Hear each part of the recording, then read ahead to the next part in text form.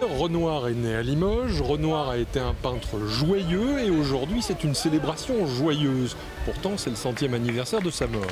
C'est l'occasion de célébrer une peinture qui est avant tout une peinture du bonheur et une peinture joyeuse. Les artistes ont ce privilège de nous faire les héritiers de leur œuvre. Ce grand gaillard n'a pas la barbe aussi longue que notre peintre. Je ne vous donnerai qu'un conseil, laissez-vous transporter. Le but c'était de retranscrire l'atmosphère de joie qu'on disait qui régnait autour de lui, cette ambiance, cette fraternité qu'il y avait entre les gens. Et oui, c'était surtout ça, de faire participer le spectateur à la danse, au chant, au rire, à manger avec nous. Gabriel, je te ramène un nouveau modèle. D'accord, pour la maison. Vous voulez bien travailler avec elle? On n'est pas en surplomb du spectateur, on est avec lui. Il n'y a pas quelqu'un qui sait et quelqu'un qui apprend quelque chose. On est ensemble à faire quelque chose. Plus doucement.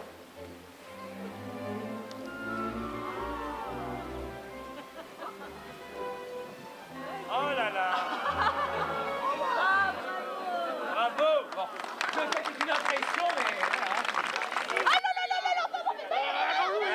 mais madame Louise, il faut bien que ça sèche. Il faut bien que ça sèche. Ouvrez des yeux pour voir ça, vous vous rendez compte? C'est la première fois que Renoir revient dans sa ville natale. Oui, c'est vrai. Là, bon, c'est vraiment un scoop et je suis pas sûr que ça arrivera souvent quand même. Bon, ils étaient plusieurs, hein. Ils étaient une bande comme ça de peintres. Hein. C'est ça. Donc voilà, entre eux, ils s'entraidaient, je pense, ou ils se cherchaient. Vous la connaissez?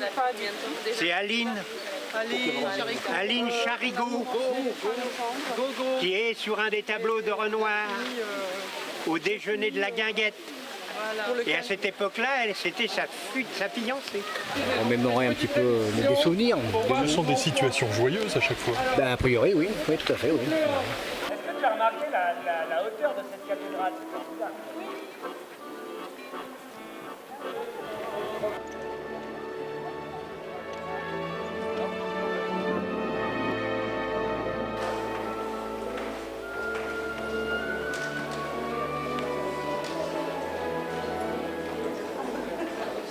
Reprenez la position.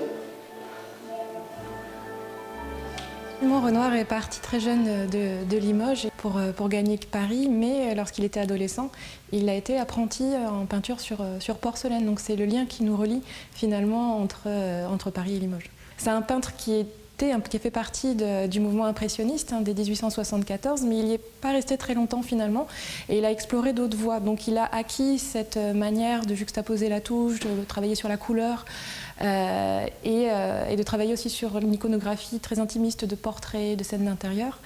Mais après, il évolue en regardant un petit peu en arrière ce qui s'est passé chez les maîtres anciens tels que Rubens ou Ingres. Donc voilà, c'est quelqu'un qui a connu une évolution tout au long de sa vie. Il y a effectivement le tableau de Jean, le portrait de son fils, le futur cinéaste, qui est présenté tout petit. On saute ici parce que c'est un tableau de Berthe Morisot, et derrière, il y a le portrait de Marie-Zélie Laporte, qui est un tableau de jeunesse. Donc on est en 1864, c'est un tout jeune Auguste Renoir qui peint une toute jeune Marie-Zélie, qui était la sœur d'un de ses amis peintres. Et on a d'autres tableaux. On a un portrait de Colonna Romano, qui était actrice à la Comédie Française. Un petit tableau aussi qui représente des nus, en fait, des nus féminins. Et un bouquet de fleurs qui est représenté par Renoir.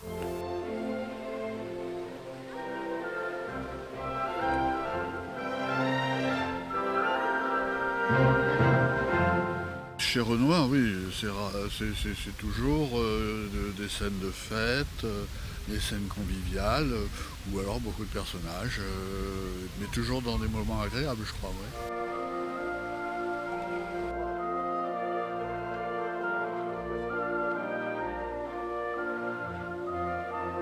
Nous participons donc à un hommage à Renoir, et nous essayons tous, enfin on est 4 ou 5, de se rapprocher de ce style, qui était un style impressionniste.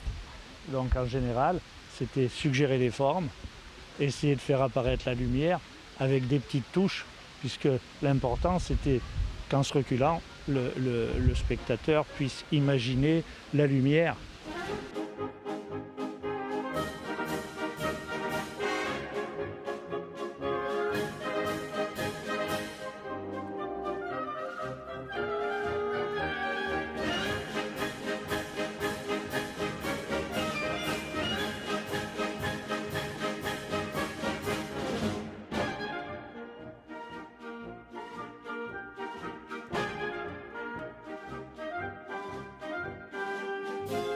La peinture de Renoir est accessible à tous, comme d'ailleurs d'une manière générale les œuvres des grands artistes.